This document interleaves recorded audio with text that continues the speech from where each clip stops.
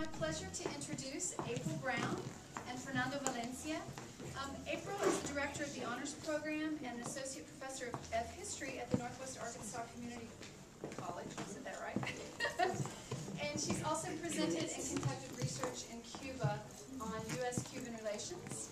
And Fernando Valencia is a freelance musician and the former principal percussionist of the National Wind Symphony of Colombia. From a young age, Fernando has been involved in performance and learning about his Afro-Colombian musical roots and Afro-Caribbean music, and he studied at the Instituto Superior de Artes in Havana. Yes? So we just wanted to start the conversation a little bit by talking about Cuban culture. We were lucky we were able to send Omara some questions before she got here, and so she graciously responded. And one of the things we asked her about was what inspired her to become a vocalist. And she said, well, there was always music in our house. My parents always had the radio on, and they were always singing. And so I wanted to talk a little bit about the role of music in everyday Cuban culture.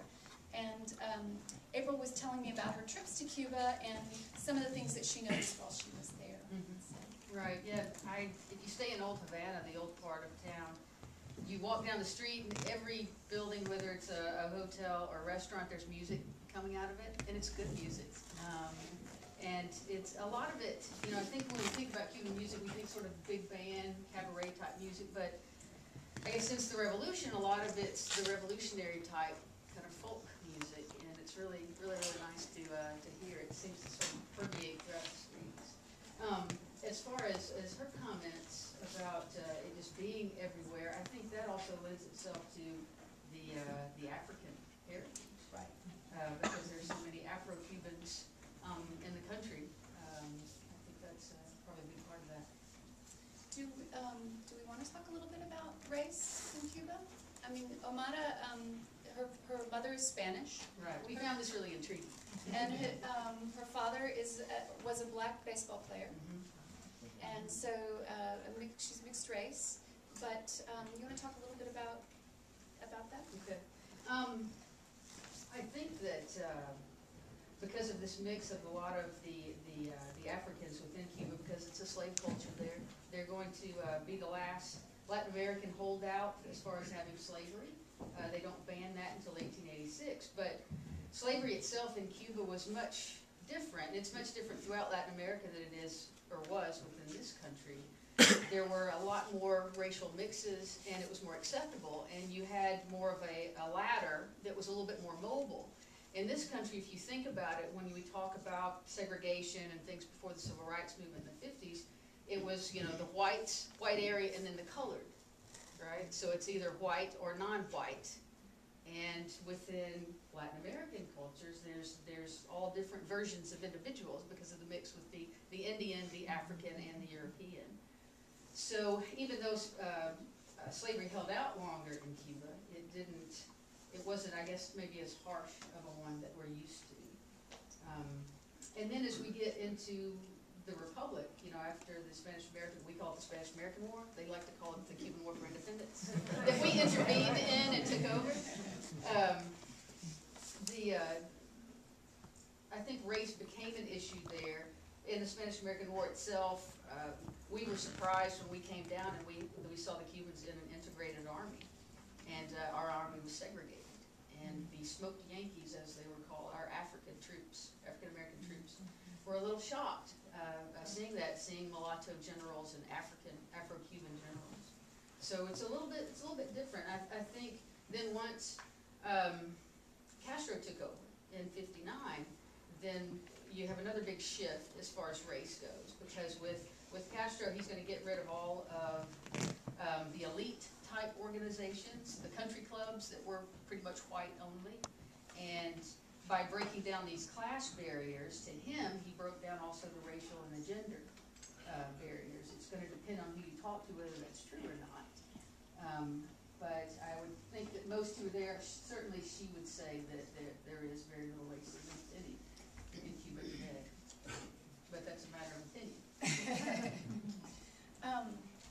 Omara's career spanned over 50 years, starting in the 1950s.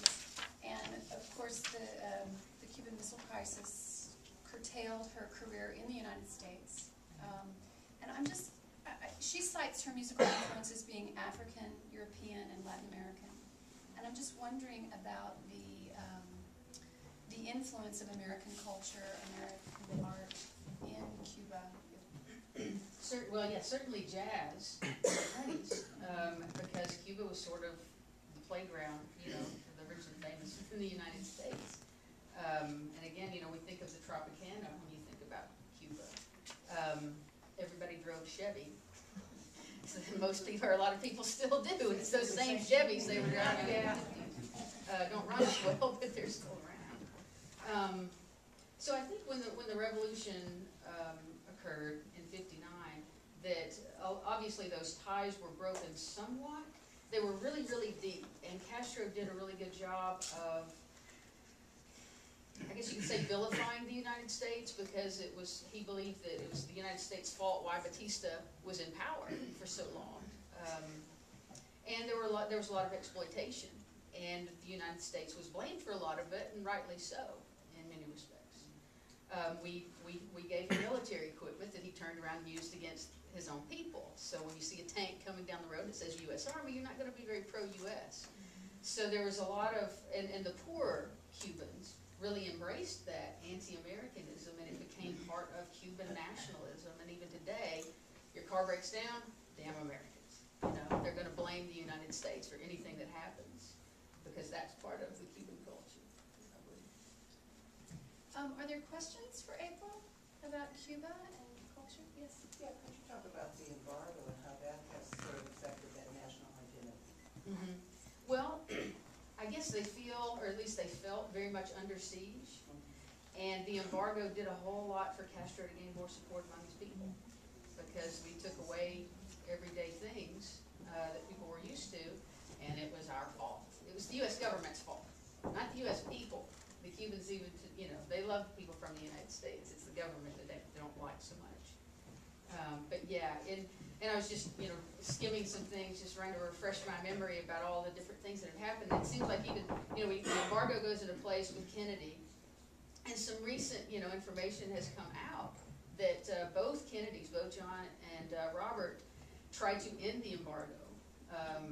John Kennedy, before he was assassinated, and this was after the Bay of Pigs, after the missile crisis, says, it's really not working, and it's causing anti-Americanism, because the people within Latin America in general were saying, oh yeah, we'll back you, United States, but no Castro, because he stood up to us and won.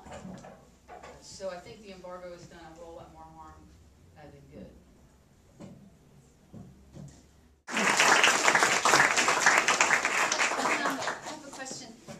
When we ask Omara to tell us 5 words, please describe your show in 5 words. She said Cuban, she said roots, she said feeling, yes, jazz and Afro-Cubano. So feeling, can you tell us about feeling? Feeling, for me, feeling is like the rediscovering of the bolero. It's like it's very feeling is feeling like in English. Right, It's the same word. Right.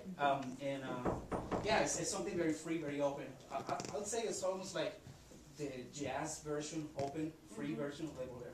Right. Okay. Yeah. Thank you very much. Thank you so much for coming.